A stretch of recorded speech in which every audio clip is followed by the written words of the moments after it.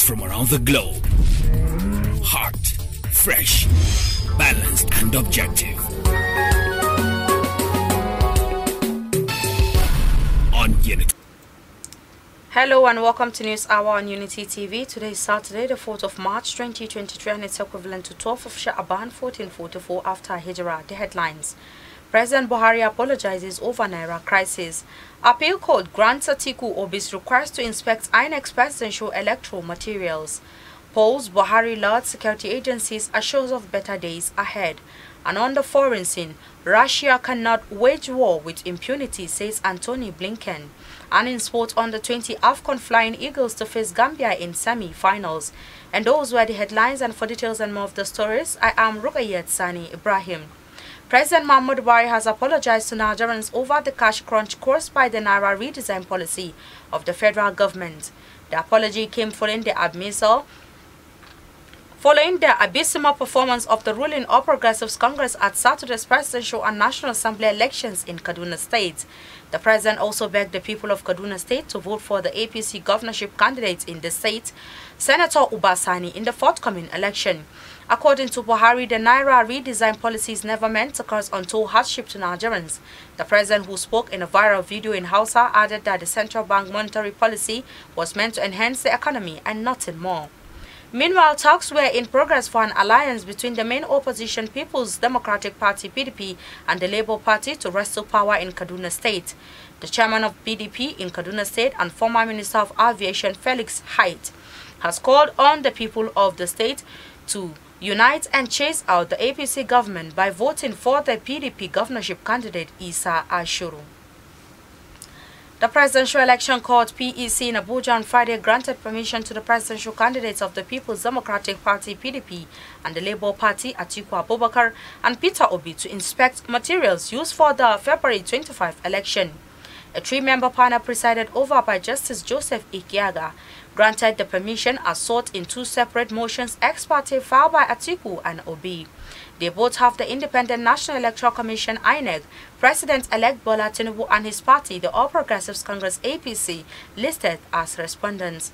Adedamola Falokun, who appeared for Atiku, moved his motion, while Alex Ejesem, his son, moved Obi's motion, which the court granted. The court, among others, ordered INEC to allow both applicants access to the materials used for the last presidential election. It also directed INEC and its officials to allow them to inspect the materials on a day-to-day basis. The Rivers State Police Command has confirmed the death of 12 persons in the explosion that occurred at an illegal crude bunkering site at Rumekpe community in Emohua local government area of the state. The incident occurred at about 2 a.m. on Friday when one of the buses loaded with crude went up in flames while trying to navigate to an illegal refining point in the area. An environmentalist and executive director, Youth and Environmental Advocacy Center, Finai, DOMIN, confirmed the incident. Dumnemene said the explosion occurred at the Trans-Niger pipeline operated by the Shell Petroleum Development Commission. He added that all those who were at the exact tapping point in the pit got killed, while some of those who had loaded the crude and waiting to load, including women, have been killed by the explosion. The spokesperson for the Rivers State Police Command, Grace Iringi Koko, also said 4 vehicles, a tricycle and 1 motorcycle were burned to ashes. The European Union (EU) in Nigeria has dismissed a report that the EU, in partnership with the National Democratic Institute (NDI) and International Republican Institute (IRI), are calling for the sack of the chairman of the Independent National Electoral Commission (INEC), Professor Mahmoud Yakubu. The EU, in a letter which is currently circulating on social media, was said to have noted that the Saturday's election were marred by numerous cases of electoral malpractice, lack of transparency, and constitutional operational failures in a clear violation of democratic principles. However, the EU in Nigeria has dismissed the statement, saying it didn't emanate from the Commission. Speaking to newsmen on the development, press officer for the EU in Nigeria, Agnes Doka, said the European Union did not enter into any alliance with the NDI as indicated in the letter. She added that the EU has nothing to do with the said letter with regard to the just concluded general elections, which was purportedly issued by Eric Mamar on March 2, 2023.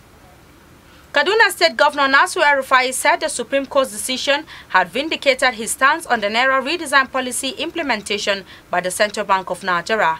Shortly after the Supreme Court's judgment, Erufai refuted claims that his position on the Naira redesign policy was politically motivated. Instead, he said the policy had brought untold hardship to Nigerians.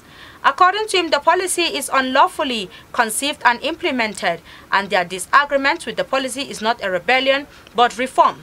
Earlier, Erufai Kogi Governor Yahaya Bello and their Zamfara counterpart Bello Matoli dragged the federal government to court over the Naira redesign policy aimed at phasing out 200 Naira, 500 Naira and 1,000 Naira. The judgment, if executed by President Buhari, means the old notes will co-circulate with the new Naira notes till 31 December.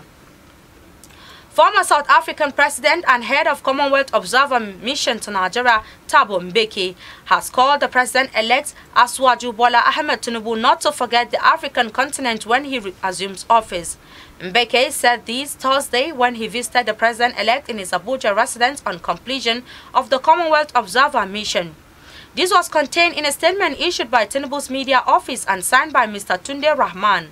The President-elect assured the former South African President of his commitment to further African integration and economic development and promised to work with Mbeki and other leaders of the continent in this direction. The Transition Monitoring Group TMG has urged Nigerians to come out en masse for the forthcoming governorship and state assembly elections, irrespective of how they feel about the outcome of the just concluded presidential and National Assembly elections. The group urged the electoral umpire, Independent National Electoral Commission (INEC) to live up to expectations by improving on areas of concerns as highlighted by voters and other stakeholders before the March 11 conduct of the governorship and state assembly elections. Recall that the Independent National Electoral Commission (INEC) on Wednesday concluded the conduct of the presidential and National Assembly elections, which held on Saturday after declaring the candidates of the All Progressives Congress (APC), Bola Ahmed Tinubu, winner of the poll. The group explained that INEC had all the logistical support it required from the Nigerian and foreign governments to conduct an improved and digitized electoral process, but failed to deliver. While noting that the polls were largely peaceful in most parts of the country, the group recommended that the electoral umpire ensure strict adherence to the Electoral Act 2022 to ensure electoral credibility in Nigeria. And on the foreign scene, U.S. Secretary of State Antony Blinken said Friday after meeting with his counterparts from India, Japan and Australia that Russia cannot be allowed to wage war with impunity. The members of the so-called Quad Group met on the sidelines of the G20 meeting in New Delhi. The Quad Group issued a statement saying that Russia's threat of using nuclear weapons is unacceptable.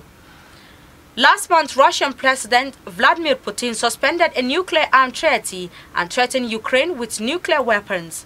Russian defense companies are showcasing their products at major international arms fairs, Britain's defense ministry said Friday in its daily update about the Russian invasion of Ukraine.